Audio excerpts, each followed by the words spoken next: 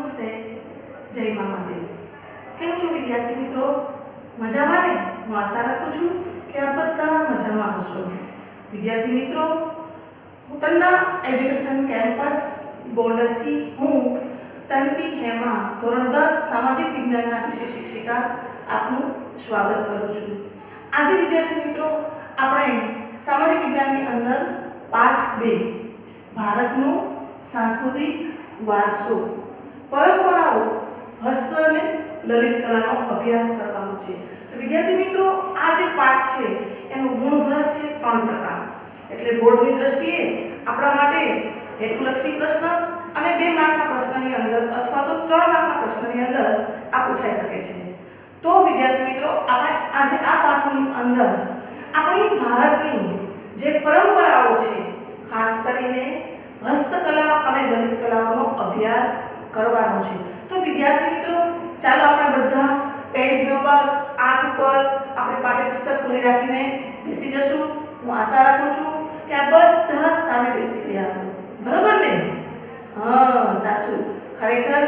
ચાલો હવે આપણે આ પાઠની અંદર જોઈએ તો ભારતનો સાંસ્કૃતિક વારસો આપણે આગળના પાઠની અંદર જોઈ ગયા છીએ, પણ એની પહેલા સાંસ્કૃતિક વારસો કોને કહેવાય છે એ આપણે માહિતી મેળવીએ તો કે આપણને જે કાંઈ બાંધકામ ક્ષેત્રની અંદર એટલે કે વ્યક્તિ પોતાની આવડત દ્વારા, પોતાની બુદ્ધિ, કૌશલ્ય અને ચાતુર્ય દ્વારા જે કાંઈ મેળવ્યું છે અથવા તો એમને જે કાંઈ સર્જન કર્યું છે એટલે કે બાંધકામ હોય, સ્થાપત્ય હોય કે મસ્જિદો હોય, મકબરાઓ હોય, મંદિર હોય, ગોપુરમ હોય, આ બધું સ્થાપત્ય છે।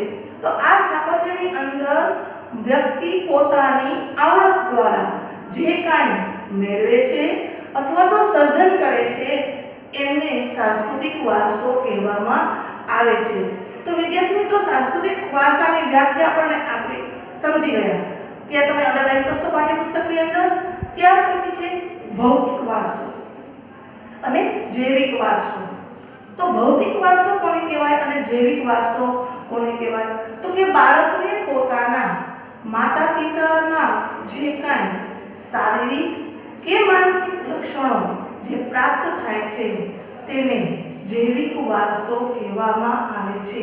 વિદ્યાર્થી મિત્રો પાઠ્યપુસ્તકની અંદર પહેલી જ લાઈન પછીની લાઈનમાં તમે અંડરલાઈન કરી શકો છો, તમને આ વ્યાખ્યા ત્યાં આપેલી છે કે જૈવિક વારસો એટલે શું અથવા તો જૈવિક વારસો કોને કહેવાય। હેતુલક્ષી પ્રશ્નની અંદર પણ પૂછાઈ શકે છે। હું આશા રાખું છું કે આ બધા અંડરલાઈન કરી લીધા છે। પછી જે વારસો ભૌતિક વારસો કોને કહેવાય? તો કે જે વારસાની અંદર ઘર-બાર, જમીન જાગર અથવા તો સ્થાવર જંગમ મિલકત છે એ મિલકતને આપણે ભૌતિક વારસો તરીકે ઓળખીએ છીએ। હવે વિદ્યાર્થી મિત્રો જુઓ તમે કે આપણે ભૌતિક અને જૈવિક વારસો 2 વારસો છે, તમને પાઠ્યપુસ્તકની અંદર આપેલા છે, તે અંડરલાઈન કરશો। હવે આપણે જોઈએ કે બાળક જે છે એ જન્મે છે ત્યારથી જ એના માતા-પિતા દ્વારા જે કાંઈ શારીરિક કે માનસિક લક્ષણો એમને પ્રાપ્ત થાય છે એ વારસાને આપણે શું કહેશું? જૈવિક વારસો કહેશું, બરોબર ને? કારણ કે આપણામાં કહેવત છે ને કે કૂવામાં હોય તો વેડામાં આવે, એટલા માટે કે એના માતા-પિતાના જે કાંઈ શારીરિક માનસિક લક્ષણો છે એ બાળકની અંદર આવતા હોય છે। તો એ વારસો સમજ્યા પછી ફરીથી હું તમને પૂછું કે ભૌતિક વારસો એટલે શું? તો કે ઘર, બાર, જમીન, જાગીર, સ્થાવર જંગમ મિલકત જે છે એ મિલકતને આપણે ભૌતિક વારસો તરીકે ઓળખીએ છીએ।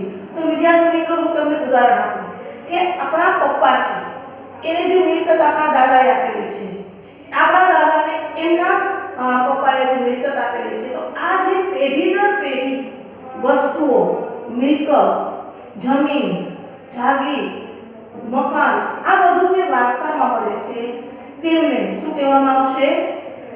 ભૌતિક વારસો કહેવામાં આવે છે। આપણે યાદ રાખીએ કે આપણે આપણા પૂર્વજો તરફથી પેઢી દર પેઢી જે વસ્તુઓ છે એ વસ્તુઓ આપણને પ્રાપ્ત થાય છે એને આપણે વારસો કહીએ છીએ। ભૌતિક વારસાની અંદર કઈ કઈ વસ્તુઓ આવશે? બોલો છો તમે લોકો? તમારા પાઠ્યપુસ્તકની અંદર છે જ, બરોબર ને? ઘર, જમીન, જાગીર, સ્થાવર જંગમ મિલકત જે છે, આ બધી મિલકતનો સમાવેશ શેમાં થશે? ભૌતિક વારસાની અંદર. તો વિદ્યાર્થી મિત્રો, આપણે બે ટોપિક જોયા, એક છે જૈવિક વારસો અને બીજો છે ભૌતિક વારસો. અને ત્યાર પહેલા આપણે જોયો છે સાંસ્કૃતિક વારસો. આપણા ભારતની અંદરનો જે સાંસ્કૃતિક વારસો જે છે, એ વારસાની સાથે સાથે આપણી પરંપરાઓ, આપણી રૂઢિઓ, આપણી માન્યતાઓ, આ બધું સંકળાયેલું છે. અને એના આધારે આપણે આ બધી કલાઓ જે છે, એ કલાઓ આપણને પ્રાપ્ત થયેલી છે. તો વિદ્યાર્થી મિત્રો, હવે નજર કરીએ આપણે ભારતીય કસબીઓની કરામત. કરામત એટલે આવડત અથવા એમનું કૌશલ્ય. તો આપણા દેશ છે એ ભારતીય સંસ્કૃતિ પ્રાચીન સમયથી ઘણી બધી કલાઓ ધરાવતો દેશ છે. આપણા દેશની અંદર આ જે પરંપરાગત કલાઓ છે, આપણા કસબીઓ દ્વારા એ કલાઓની અંદર માટીકામ, વણાટકામ, ધાતુકામ, ભરત ગૂંથણ, અકીકામ, મીના કારીગરી, હીરામોતી કામ, ચર્મકામ, આ બધી કલાઓનો સમાવેશ થાય છે.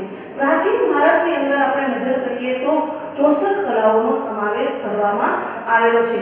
વિદ્યાર્થી મિત્રો, ત્યાં અંડરલાઈન કરશો, હેતુલક્ષી પ્રશ્ન બનશે કે આપણા સમય પ્રાચીન ભારતની અંદર પ્રાચીન સમયથી 64 કલાઓ છે, 64 વિદ્યાઓ છે, એમનું જ્ઞાન ઋષિ મુનિઓ વિદ્યાર્થીઓને આપતા. આપણે જાણીએ છીએ કે આપણી પ્રાચીન વિદ્યાપીઠો જે હતી, એ વિદ્યાપીઠોની અંદર આ બધી કલાઓ છે, કલાઓનો અભ્યાસ કરવામાં આવતો.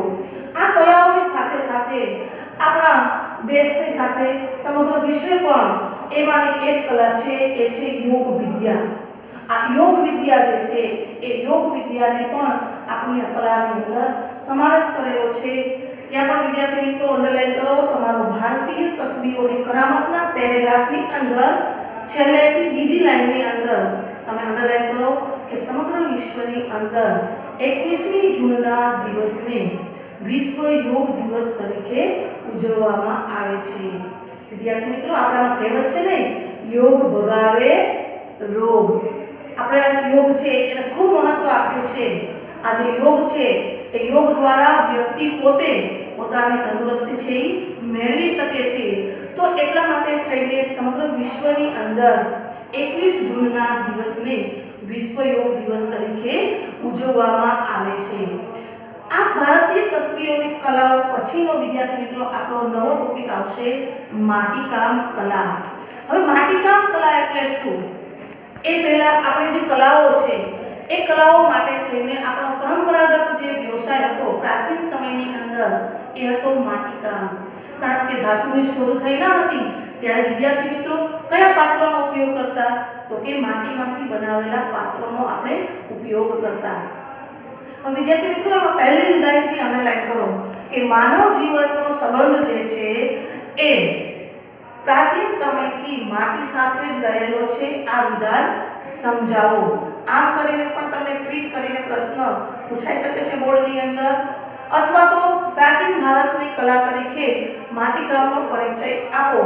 આ પણ પ્રશ્ન પૂછાઈ શકે છે. તમે નોંધ કરી શકો છો વિદ્યાર્થી મિત્રો, પ્રાચીન ભારતની અંદર જ્યારે કોઈ પણ ધાતુની શોધ નહોતી થઈ ત્યારથી આપણે માટીના બનાવેલા પાત્રોનો ઉપયોગ કરતા હતા.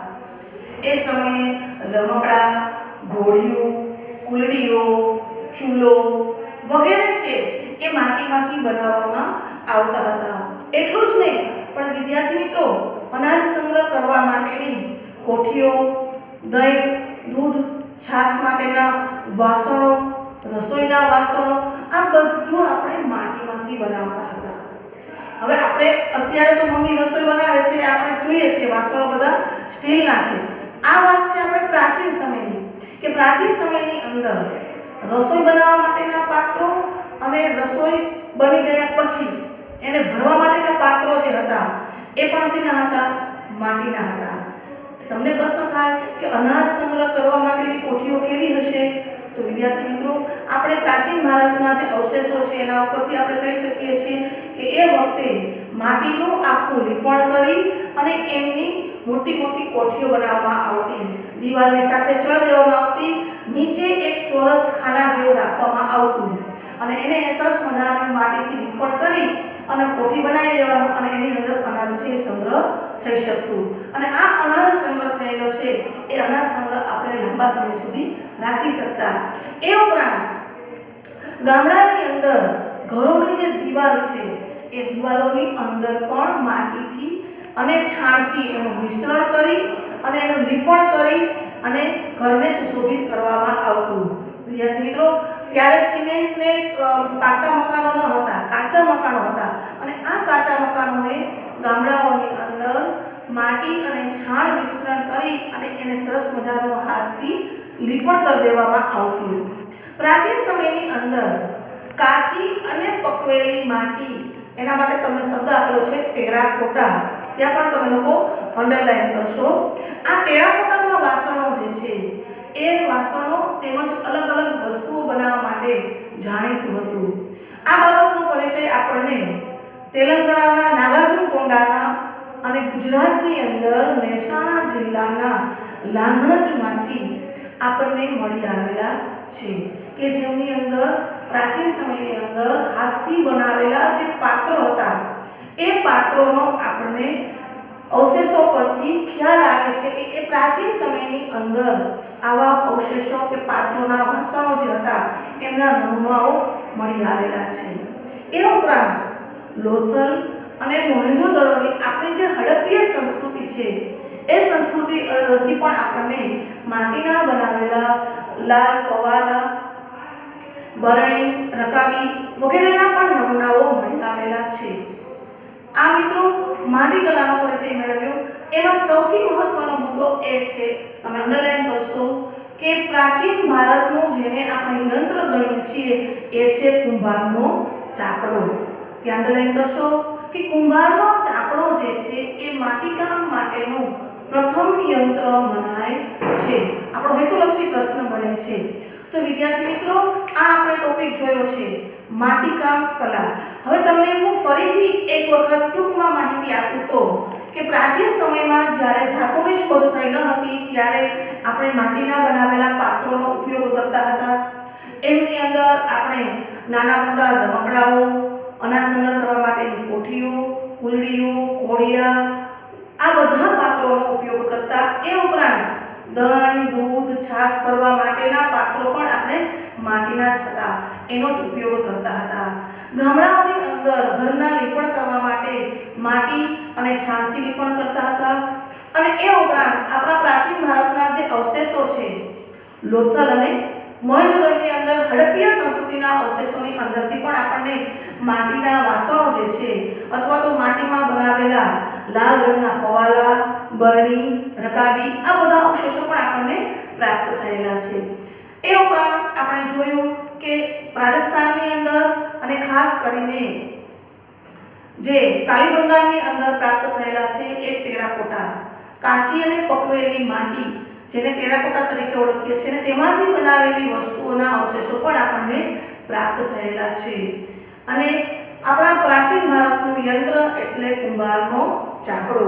વિદ્યાર્થી મિત્રો, તમને ખ્યાલ હશે કે પ્રાચીન સમયની અંદર કુંભાર જે છે એ ગોળ સર્કલ જેવું હોય છે એનો ચાકડો, અને એ ચાકડાની ઉપર એ માટી મૂકી અને સુંદર મજાના ઘાટ આપે છે। આ ઘાટ આપવાની કલા એની કરામત છે અને એ કરામતથી જ આપણે આપણા ઘરે જે માટીના આપણે ઘોડા છે એ જોઈ શકીએ છીએ। એ ઉપરાંત માટી માટે થઈને આપણે જે છાશ ભરવા કે વઘાર કરવા માટેના જે પાત્રનો ઉપયોગ કરીએ છીએ, બરોબર, કાળી માટીના જે હોય છે તમે લોકોએ જોયા જ હશે, જેને આપણે ગુજરાતી ભાષામાં પાટિયા કહીએ છીએ, એની અંદર ખૂબ સરસ મજાની રસોઈ પણ બની શકે છે। તો આ કુંભારનો ચાકડો જે છે એ આપણા પ્રાચીન ભારતનો પ્રથમ યંત્ર ગણવામાં આવે છે। હું આશા રાખું કે તમને આ ટોપિક છે સરસ મજાનો સમજાઈ ગયો હશે। ત્યાર પછીનો આપણો નેક્સ્ટ ટોપિક છે વણાટ કલા। વણાટ કલા એટલે શું?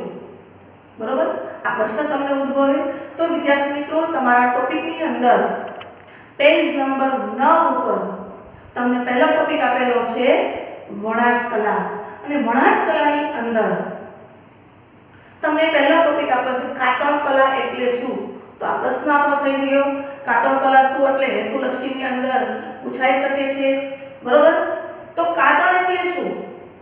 તો તો કે રૂની પૂણીને તાતણા દ્વારા ખેંચી તેમને વળ ચડાવીને જે એકબીજાની સાથે પકડમાં જોડી લઈ અને એમને લાંબો દોરો જે તૈયાર કરવામાં આવે છે એમને કાતણ કહેવામાં આવે છે. વિદ્યાર્થી મિત્રો, ફરી વખત આપણે જોઈએ. જુઓ તમે, કાતણ કલા એટલે શું? તમારા ટેક્સ્ટબુકની અંદર તમે લોકો અંડરલાઈન કરશો. પહેલા જ પેજ ઉપર, સોરી 9 પેજ નંબર 9 ઉપરનો પહેલો જ પેરેગ્રાફ છે એમની અંદર કાતણ એટલે યાદ રાખજો એ રૂની પૂણીમાંથી તાતણા ખેંચવાની સાથે તેમને વળ ચડાવીને એકબીજાની પકડમાં લઈ અને જે લાંબો દોરો તૈયાર કરવામાં આવે છે એ કલાને કાતણ કલા કહેવામાં આવે છે. અંડરલાઈન આગળ કરશો. કાતણ કલાને સવિશેષ મહત્વ આપ્યું હતું આપણા રાષ્ટ્રપિતા મહાત્મા ગાંધીજીએ. સ્વદેશી કાપડ જ્યારે અપનાવવાનું થયું ત્યારે વિદ્યાર્થી મિત્રો એમને સમગ્ર ભારતની અંદર રેડિયો કાતતા શીખડાવ્યું હતું અને એ રેડિયો કાતતા જે કાંઈ વણાટકામ તૈયાર થયું એ સ્વદેશી કાપડ અપનાવવા માટે ગાંધીજીએ વિશેષ પ્રયત્ન કર્યા હતા. તો આપણે ગાંધીજીને કેમ ભૂલી શકીએ? તમારા ટેક્સ્ટબુકની અંદર પણ આપેલું છે, ત્યાં પણ અંડરલાઈન કરો કે કાતણ કલાને વિશેષ મહત્વ છે કે આપણા રાષ્ટ્રપિતા મહાત્મા ગાંધીજીએ આપેલું છે. હવે એ જ વણાટ કલાની અંદર આપણો એક ટોપિક છે હાથ વણાટ કલા. હું આશા રાખું છું કે વિદ્યાર્થી મિત્રો આપણે આ ટોપિક છે એમની અંદર હું તમને કહું તો હાથ વણાટ કલા જે છે એ હાથ વણાટ કલા જે છે એ આપણા કારીગરો દ્વારા ખૂબ જ સુંદર બારીકી કાપડ ઉપર જે વણાટ કરવામાં આવેલું છે એની અંદર જે ચિત્રો અને ડિઝાઇન કરવામાં આવે છે એ કલાને વણાટ કલા તરીકે ઓળખવામાં આવે છે. વિદ્યાર્થી મિત્રો, હું આશા રાખું કે અહીંયા સુધીનો ટોપિક જે તમને મેં સમજાવ્યો છે એ સમજાઈ ગયો હશે. છતાં પણ કાંઈ મૂંઝવણ હોય, કોઈ પણ પ્રશ્નની અંદર તમને પ્રોબ્લેમ હોય તો આપ મને કોલ કરીને કહી શકો છો. ઘરમાં રહો, સુરક્ષિત રહો. જય મા મહાદેવ.